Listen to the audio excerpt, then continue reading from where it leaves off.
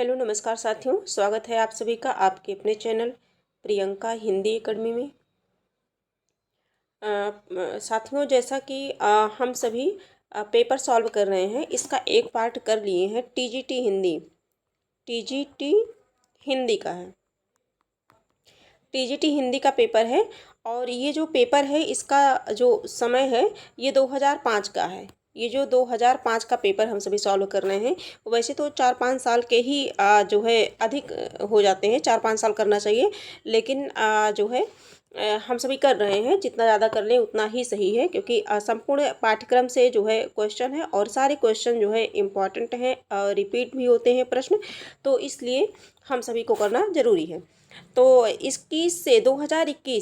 2021 से हम लोगों ने जो है स्टार्ट किया है और 2005 तक है। 2005 कंप्लीट करने के बाद पार्ट 1 इसका हो चुका है, यानी कि 70 प्रश्न हम लोग किए थे पहली क्लास में। अब इसके बाद जो भी प्रश्न बचे हैं 125 में से, वो हम सभी इस क्लास में देखेंगे। ये पार्ट कंप्लीट होने के बाद 2005 तक हम लोग करेंगे। 2005 तक कंप्लीट होने के बाद हम सभी जो है पीजीटी 2021 का सॉल्व करेंगे। 2021 का करेंगे, फिर 16 का करेंगे। जैसे जैसे पेपर जब हुआ है उस टाइम का हम सभी सॉल्व करेंगे।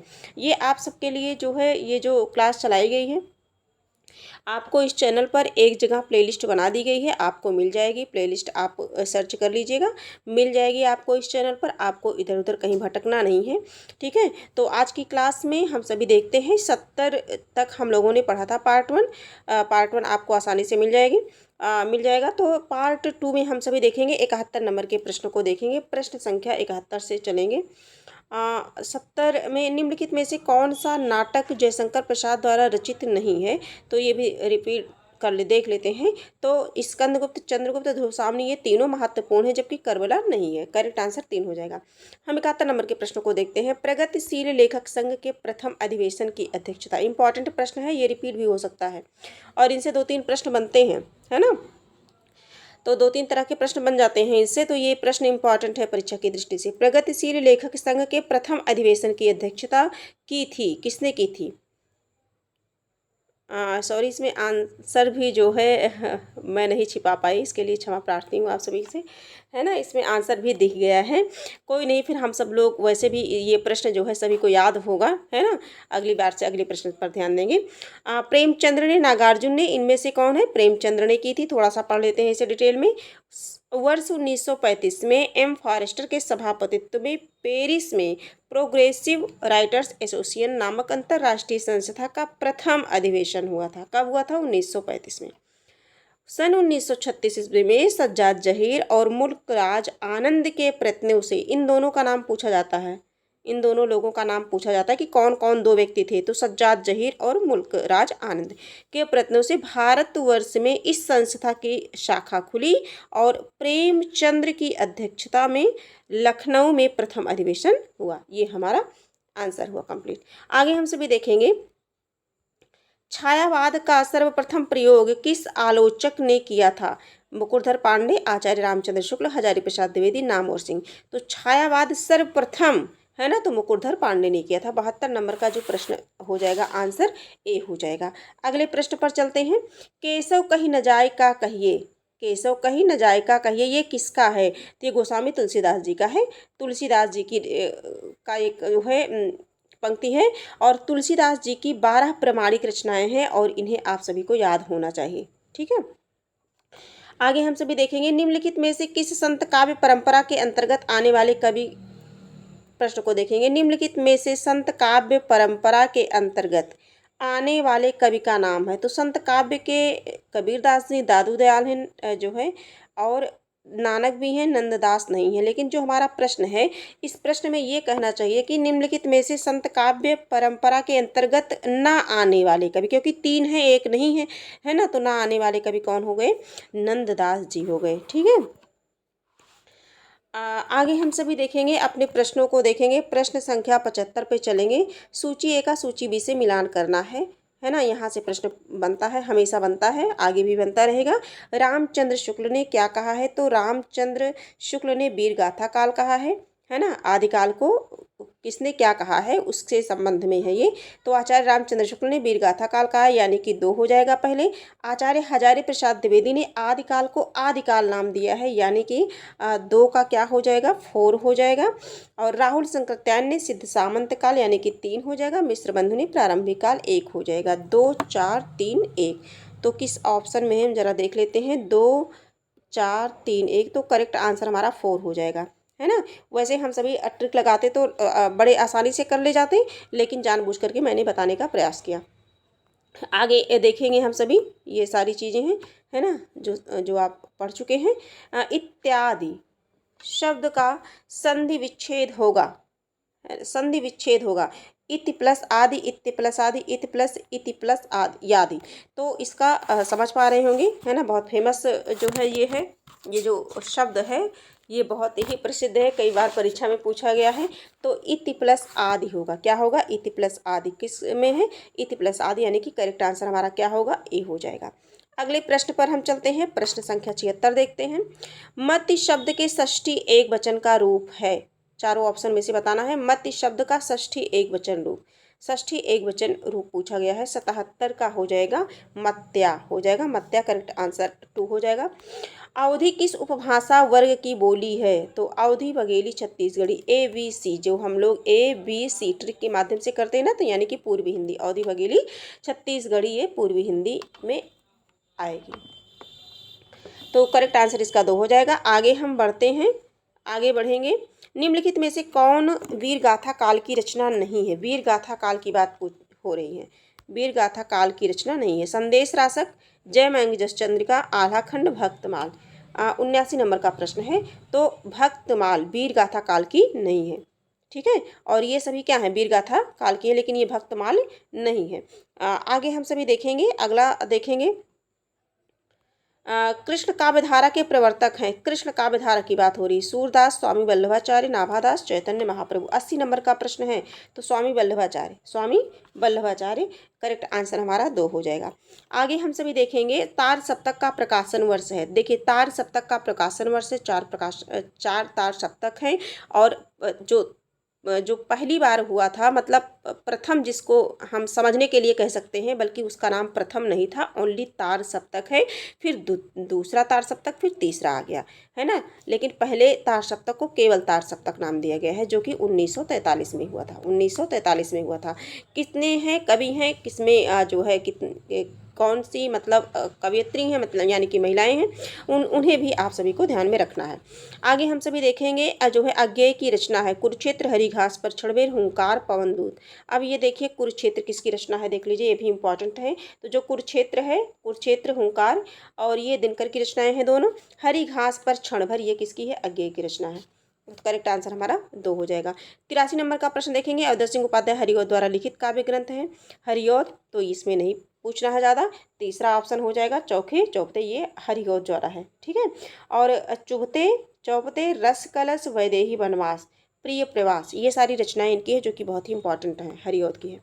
आगे हम सभी देखते हैं अगला प्रश्न जो हमारा है, प्रश्न संख्या कौन सा है, 84 नंबर का प्रश्न है। नई कहानी पत्रिका के संपादक कौन था? नई कहानी पत्रिका का संपादक कौन थे?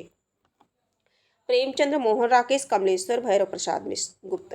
तो 84 नंबर का जो प्रश्न है, इसका जो करेक्ट आंसर हो जाएगा, ये हो जाएगा भैरव प्रसाद गुप्त हो जाएगा। नई कहानी भैरव प्रसाद गुप्त, करेक्ट आंसर 4 हो जाएगा।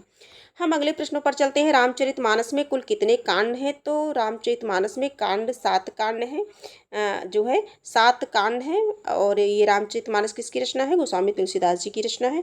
इन्हें क्रम से भी पूछा जाता है। बाल, आयो, अरण्य, किस, लऊ, हम लोगों ने इससे याद किया है, आप भी चाहें तो याद कर सकते हैं। नारी तुम केवल श्रद्धा हो, विश्वास रजत नग पगतल में, पीयूष स्रोत सी बहा करो, जीवन के सुंदर ये रचनाकार, ये जो पंक्ति है, नारी तुम केवल श्रद्धा हो, विश्वास रजत नग पगतल में, ये किस रचनाकार की पंक्ति है? जयशंकर प्रसाद की, सुमित्रानंद पंत की। ये बतानी है आप सभी को। चारों ऑप्शन में से आंसर शायद आप गेस कर पा रहे होंगे, आंसर दे पा रहे होंगे, है ना। तो आंसर पे चलते हैं। करेक्ट आंसर ये जयशंकर प्रसाद का है। आगे हम सभी देखेंगे, विभावानुभाव व्यभिचारी संयोगादर्श निष्पत्ति को प्रतिपादित किया है, किसने किया है, किस आचार्य ने किया है? इंपॉर्टेंट प्रश्न है, ये पूछा जाता है। तो विभावानुभाव व्यभिचारी किसने किया है? भरत मुनि ने किया है, आचार्य भरत मुनि ने किया है। आचार्य भरत मुनि ने किया है। तो और रसों की संख्या कितनी बताई है? 8 बताई है। दंडी काव्यादर्श दंडी की रचना है ना। दस कुमार चरितम भी दंडी की रचना है। आगे नाट्यशास्त्र भरत मुनि का है। आगे हम सभी देखते हैं जो कुवलयानंद के रचयिता हैं, कुवलयानंद अप्पय दीक्षित की रचना है। आगे बढ़ते हैं, रटी रटाई रचनाएं हैं ये सभी अप्पय दीक्षित की। 1888 सॉरी ये 88 नंबर का प्रश्न है। 89 नंबर के प्रश्नों को देखते हैं। दृग उजरत टूटत कुटुम और जुरत चतुर चित प्रीति परति गाठ दुर्जन हिये दई नहीं यह रीति में कौन सा अलंकार है? निर्दर्शना दृष्टांत असंगति विभावना। इसमें कौन सा अलंकार है? 89 नंबर का जो प्रश्न है इसमें असंगति अलंकार है। कौन सा है? असंगति है। और ये भी बहुत फेमस उदाहरण है ना। आगे हम सभी देखेंगे आचार्य मंमट ने काव्य गुण माने हैं। कितने काव्य गुण माने हैं? चारों ऑप्शन में से कितने काव्य गुण माने हैं? 10, 3, 15, 8। कितने माने हैं? आचार्य मंमट ने 3 माने हैं। कितने माने हैं? 3 माने। करेक्ट आंसर हमारा 3 मतलब 2 हो जाएगा। अगले प्रश्न की बात करें तो अगला प्रश्न है जो हमारा है 91 नंबर का प्रश्न है। हिंदी भाषा के उद्भव और विकास का सही क्रम चुनिए। हिंदी भाषा का उद्भव और विकास। संस्कृत, पाली, प्राकृत, अपभ्रंश, सौरसेनी, पश्चिमी हिंदी, खड़ी बोली, है ना। यही हमारा सही हो जाएगा। ज़्यादा टाइम नहीं वेस्ट करना है। बहुत अच्छा प्रश्न है ये और ये सभी को याद होना चाहिए। यहाँ से ये जितनी भाषाएं हैं, ये जितनी हैं, यहाँ से कई प्रश्न बनते हैं भाषा से संबंधित, है ना। सौरसेनी, अपभ्रंश से जो भाषाएं पश्चिमी हिंदी की जो निकली हुई हैं। आगे हम सभी देखेंगे जो है निम्नलिखित में से कौन सा शब्द तत्सम है? तत्सम, है ना। अंधकार, अंधियारा, अंधेरा और रात। 92 नंबर का प्रश्न है। 92 नंबर का प्रश्न है तो अंधकार हो जाएगा। क्या हो जाएगा? नहीं, फिर से प्रश्न को देखते हैं। निम्नलिखित में से कौन सा शब्द तत्सम है? तत्सम शब्द पूछा गया है तो हाँ, अंधकार ही होगा। अंधकार होगा। करेक्ट आंसर हमारा ए हो जाएगा। अगले प्रश्न पर बढ़ते हैं। निम्नलिखित में से किस शब्द में उपसर्ग है? तो जय का पराजय हो जाएगा। दशक, कारीगर ये नहीं होगा। जय का पराजय करेक्ट आंसर 2 हो जाएगा। 93 देखते हैं। 94 नंबर का प्रश्न देख। देवनागरी लिपि का विकास हुआ। देवनागरी लिपि का विकास किससे हुआ? खरोष्टी, फारसी, मराठी और ब्राह्मी। तो ब्राह्मी लिपि से हुआ है। सभी परिचित हैं इससे। आगे बढ़ते हैं। जो है निम्नलिखित में से कौन सा शब्द कलम का पर्यायवाची नहीं है? नहीं शब्द पूछा गया है। कमल का पर्यायवाची नहीं। कमल, अरविंद, शतदल, सरसिज, अमीय। अमीय, तो इसका जो करेक्ट आंसर होगा 95 का क्या होगा? अमीय नहीं है क्योंकि जो है और सभी क्या है? कमल के हैं। तो करेक्ट आंसर 4 हो जाएगा। आगे देखेंगे आचार का विलोम होगा। आचार का होगा अनाचार। आचार का अनाचार। आगे बढ़ते हैं। 97 नंबर के प्रश्न को देखते हैं। जिसकी आशा ना की गई हो अप्रत्याशित होगा। जिसकी आशा ना की गई हो उसके लिए एक शब्द अप्रत्याशित बनेगा। जिस पर अनुग्रह किया गया हो तो इसके लिए अनुग्रहित होगा। क्या होगा? अनुग्रहित। करेक्ट आंसर जो है हमारा 2 हो जाएगा। अनुग्रहित हो जाएगा। अनुग्रहित। ठीक। आगे हम बढ़ते हैं। देखिए प्रश्न इजी हैं और बहुत ज़्यादा इजी हैं, इसीलिए बहुत ज़्यादा इस पर टाइम नहीं दिया जा रहा है। आगे हम प्रश्नों को देखते हैं जो नए प्रश्न हैं थोड़ा सा हम सभी के लिए। हाँ, ये अनुग्रहित ये वर्तनी शुद्धि की दृष्टि से भी पूछा जाता है, तो इस पर आप विशेष ध्यान दीजिएगा। आगे देखेंगे निम्नलिखित में से कौन सा शब्द पताका का पर्यायवाची नहीं है? देखिए पताका जो प्रस्तर है, प्रस्तर नहीं होता है और बाकी जो है प्रस्तर का पत्थर हो जाता है, सभी जानते हैं इसे। झंडा मतलब पताका, निशान ध्वज जानते हैं जो फहराया जाता है। मुझे चांद चाहिए उपन्यास के लेखक है। इंपॉर्टेंट है। मुझे चांद चाहिए किसका है? 100 नंबर का प्रश्न है ये। प्रश्न संख्या 100 सुरेंद्र वर्मा का नहीं है। सुरेंद्र वर्मा करेक्ट आंसर 2 हो जाएगा। आगे हम बढ़ते हैं। टोपी शुक्ला के लेखक हैं। टोपी शुक्ला के लेखक हैं। एक सेकेंड। हाँ, टोपी शुक्ला के लेखक कौन है? चारों ऑप्शन में से बताइए। श्रीलाल शुक्ल, राही मासूम रजा, मोहन राकेश, मन्नू भंडारी। शायद आप आंसर गेस कर लिए होंगे। तो राही मासूम रजा, टोपी शुक्ला, है ना। सीन 75 ये सभी इन्हीं की तो है। बहुत इंपॉर्टेंट है। आगे देखेंगे अरुण यह मधुमय देश हमारा प्रसाद जी की किस कृति में है? ये झरना, लहर, ध्रुवशामिनी, चंद्रगुप्त किसमें है? ये टाइपिंग थोड़ा सा मिस्टेक है, ये बंद हो गया है। चंद्रगुप्त 102 नंबर का प्रश्न है। तो 102 नंबर का जो प्रश्न है इसका करेक्ट आंसर अगर हम सभी देखना चाहें तो ये हो जाएगा चंद्रगुप्त नाटक से है। करेक्ट आंसर 4 हो जाएगा। ये थोड़ा सा टाइपिंग मिस्टेक है तो इतना हम सभी को समझ लेना चाहिए, है ना। चंद्रगुप्त करेक्ट आंसर 4 मानेंगे। आगे हम सभी देखेंगे कवित्र रत्नाकर के रचनाकार है। कवित्र रत्नाकर किसका है? चारों ऑप्शन में से बताइए। 103 नंबर का प्रश्न है। तो कवित्र रत्नाकर ये सेनापति की रचना है ना, सेनापति। आगे हम देखेंगे 104 नंबर के प्रश्न को, अष्टछाप के प्रमुख कवि नंददास किसके शिष्य हैं? देखिए 4 शिष्य वल्लभाचार्य के और 4 विट्ठलनाथ के थे, है ना। तो इनमें से देखेंगे कौन नंददास किसके शिष्य थे? अष्टछाप के प्रमुख कवि जो नंददास हैं ये किसके शिष्य थे? तो ये विट्ठलनाथ के शिष्य थे। अष्टछाप के प्रमुख कवि नंददास ये वल्लभाचार्य के पुत्र विट्ठलनाथ के शिष्य थे। हाँ, विट्ठलनाथ के ही शिष्य थे। ठीक है। आगे हम सभी देखेंगे कबीर वाणी के डिक्टेटर थे या अभिमत है? तो ये तो हजारी प्रसाद द्विवेदी जी का है। करेक्ट आंसर 3 हो जाएगा। आगे हम सभी देखेंगे 106 नंबर के प्रश्न को देखेंगे, इनमें से कौन सा कवि अभिनव जयदेव? अभिनव जयदेव तो ये विद्यापति हैं, मैथिल कोकिल विद्यापति हैं, है ना। इन्हें जो है और खेलन कवि भी इन्हें कहा जाता है, खेलन कवि, खेलन कवि। अगले प्रश्न पर देखते हैं, प्रश्न संख्या 7 देखेंगे, यानी कि 107 प्रश्न।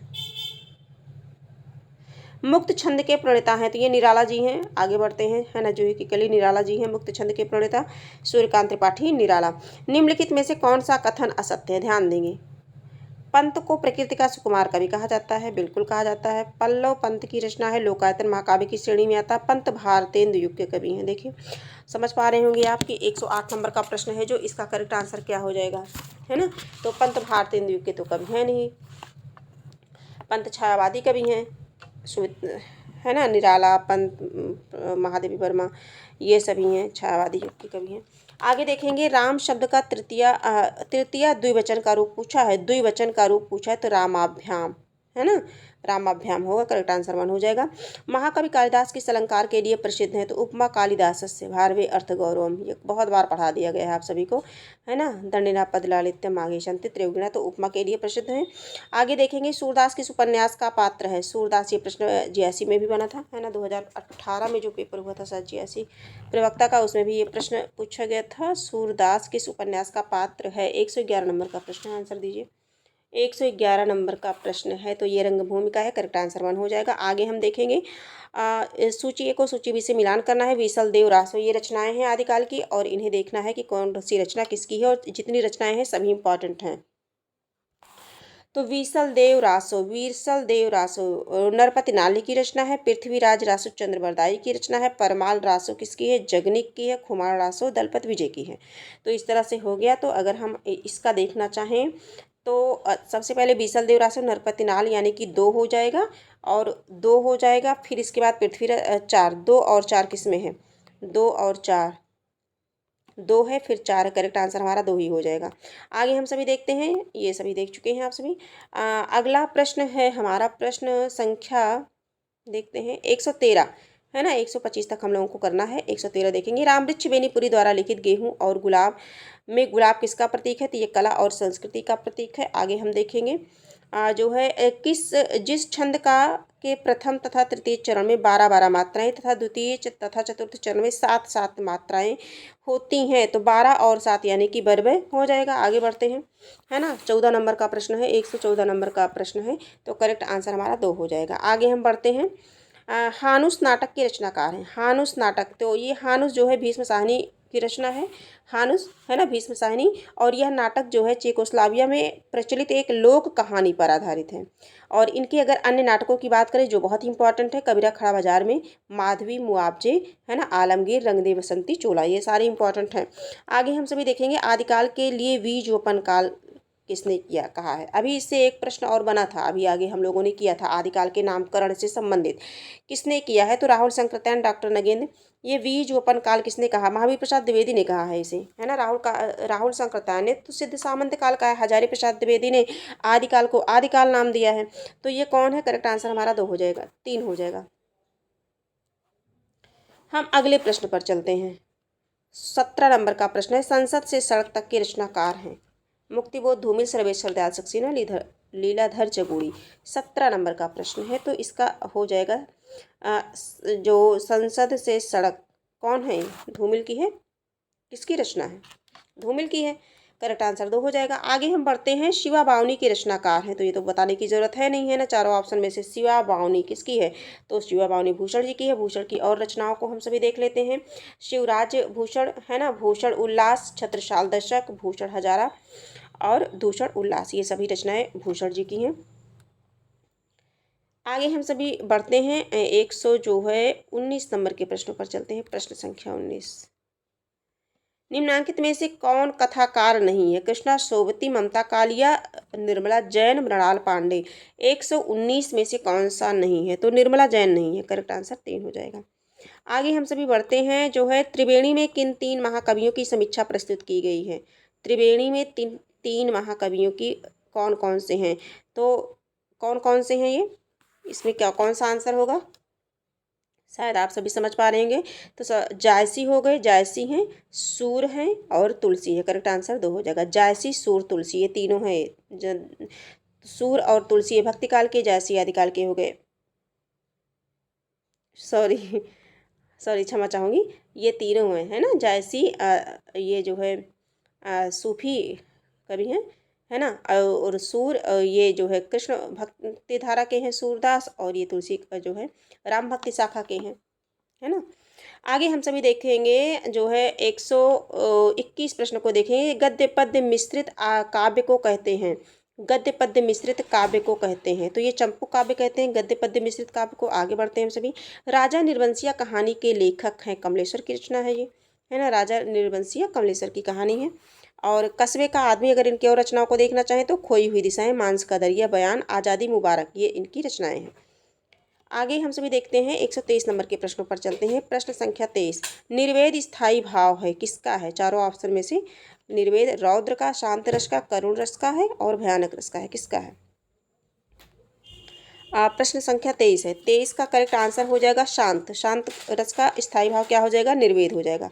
आगे देखेंगे हम सभी, और इसमें अगर और बात करें, रौद्र का क्या हो जाएगा, क्रोध हो जाएगा, और भयानक का तो भय होता ही है। आगे देखेंगे, जगत शब्द के चतुर्थी एक वचन का रूप होगा, जगत शब्द के चतुर्थी 124 नंबर का प्रश्न है ना, 25 ही करेंगे, एक प्रश्न हमारे और बचे हैं। जगत शब्द के चतुर्थी विभक्त चतुर्थी एक वचन, तो जगते हो जाएगा, करेक्ट आंसर हो जाएगा। 125 नंबर जो इस प्रैक्टिस सेट का जो है आखिरी प्रश्न है, कलई खुलना मुहावरा है, मुहावरे का सही अर्थ है कलई खुलना, है ना, क्या होगा, कलई खुलना मतलब भेद प्रकट होना, भेद प्रकट होना।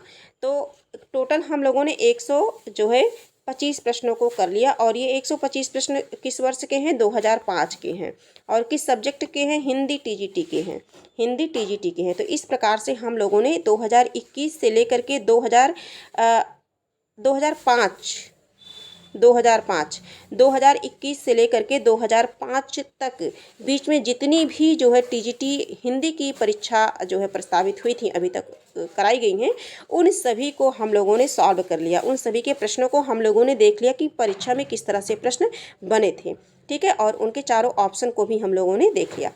तो काफ़ी हेल्प मिली होगी आप सभी को। और इसी तरह से हम सभी अब जो है पीजीटी को देखेंगे, पीजीटी हिंदी की का जो है प्रश्न पत्र सॉल्व करेंगे 2021 का लेकर के हम आप सभी के समक्ष जल्द ही उपस्थित होने वाले हैं। आज की क्लास इतनी ही है। अगर ये क्लास आपको उपयोगी लगी हो तो आप इसे लाइक, सब्सक्राइब और अपने कुछ मित्रों तक शेयर कर दीजिए, और कमेंट में अपने सुझाव अवश्य लिखें। आज की क्लास यहीं तक, फिर हम मिलेंगे नई प्रैक्टिस सेट के साथ, मिलेंगे नए प्रश्नों के साथ मिलेंगे। तब तक के लिए धन्यवाद।